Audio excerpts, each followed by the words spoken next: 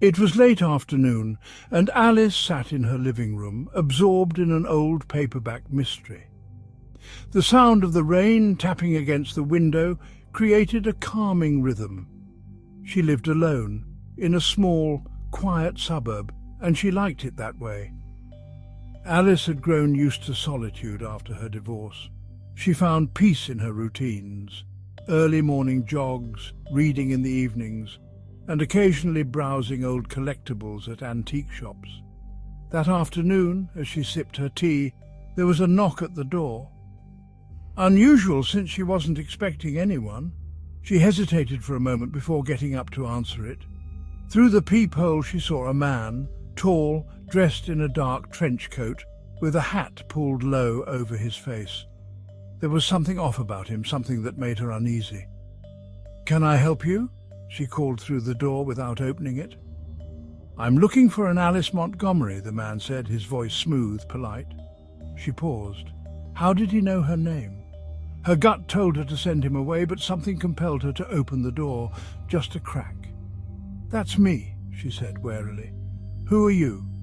The man smiled, a wide, too-perfect smile. "I'm a collector. I've come to deliver something that belongs to you." Alice blinked, confused. A collector? Of what? He didn't answer. Instead, he reached into his coat and pulled out a small box, worn and old, with intricate carvings along its surface. He held it out to her, almost reverently. "This is yours. I've been holding on to it for a long time. I think you have the wrong person," she said, her voice growing tense. "I've never seen that before." But the man's eyes darkened and his smile disappeared. "No, it's yours." Without another word, he placed the box on her doorstep and turned, walking away into the rain without looking back. Alice stood frozen for a moment, staring at the box. She had no intention of bringing it inside, but something about it, its odd craftsmanship, the way it seemed to beckon her, drew her in. Against her better judgment, she picked it up and closed the door behind her.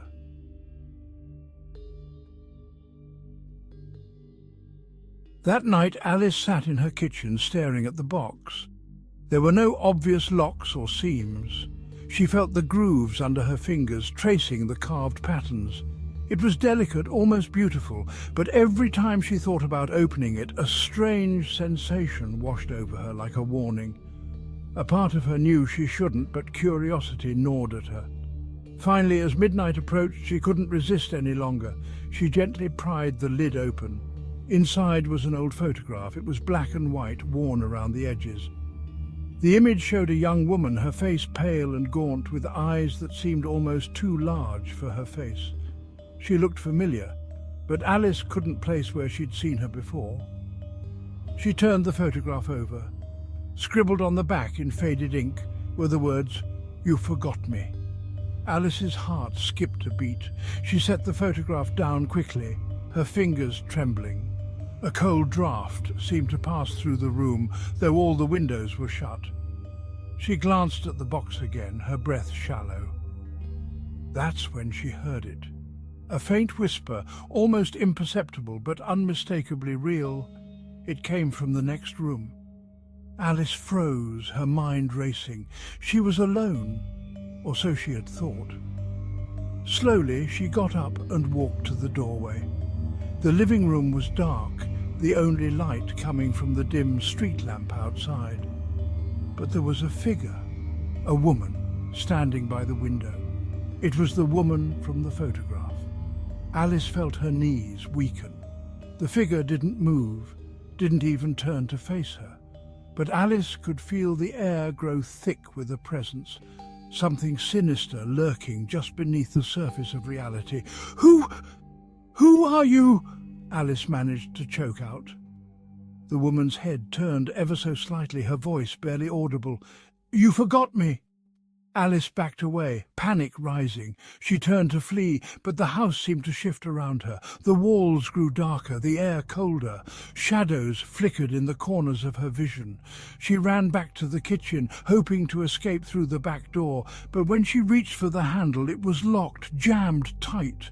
The whispers grew louder, filling the room surrounding her. "You forgot me, you forgot me." In a frenzy, Alice grabbed the box as if hoping it would hold the answer. The moment her hand touched it, the whispers stopped. Silence. She stood there, breathless, waiting for something to happen. Nothing did.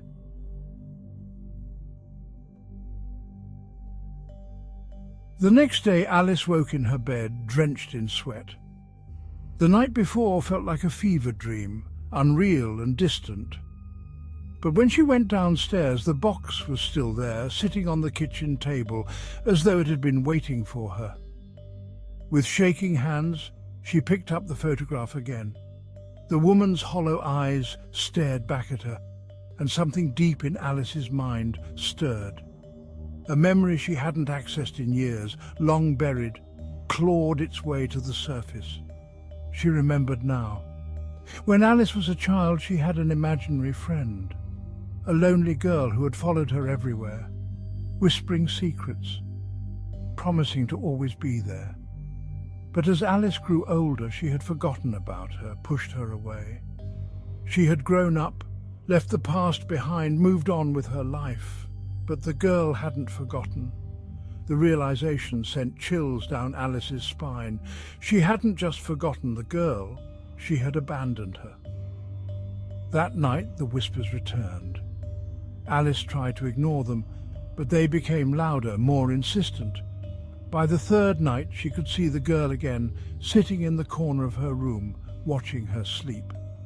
The girl's face was no longer just pale, it was decayed, rotting as though years of neglect had ravaged her.